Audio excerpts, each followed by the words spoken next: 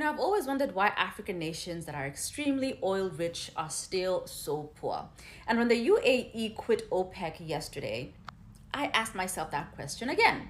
The UAE quit the Organization of Petroleum Exporting Countries. This organization is basically an oil syndicate, an oil cartel, whose main responsibility is to stabilize oil prices for the world.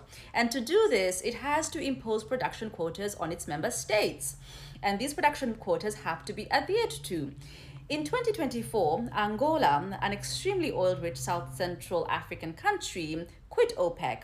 It quit OPEC citing these same issues. OPEC was putting Angola under these production quotas, and the Angolan people decided that it was stifling their economic potential and they did not want to be told what to do with their sovereign wealth. And I agree with the Angolan people. Other member states of OPEC are Nigeria, Libya, African member states, Gabon, Equatorial Guinea, and Congo Brazzaville. If you consider a country like Congo Brazzaville, even Gabon, even Equatorial Guinea, these are not big African nations. Equatorial Guinea and Gabon may be 2 million population maximum, but these African nations are still extremely impoverished. Their citizens do not live, their lifestyles are not at par or even close to the lifestyles of their fellow OPEC member states.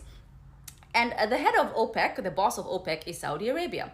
And I'm pretty sure that Saudi Arabia and the UAE were bullying these African nations at OPEC meetings and just throughout the institution. And so I think that it's time that these African member states follow suit. They should follow what Angola did and leave. Another factor that is very disruptive to global oil supply chains is Aliko Dangote. He is the richest man in Africa and he's also an oil industrialist. And he was on a panel with President of Kenya, William Ruto, and President of Uganda, Yoweri Museveni, recently. And he told them that if these East African member states come to a consensus, Aliko Dangote himself would replicate what he has done in Lagos with his oil refinery there. He would build the same kind in a place called Tanga in Tanzania, so that East Africa and Central Africa is oil sufficient. It is yet to be seen what these African leaders do.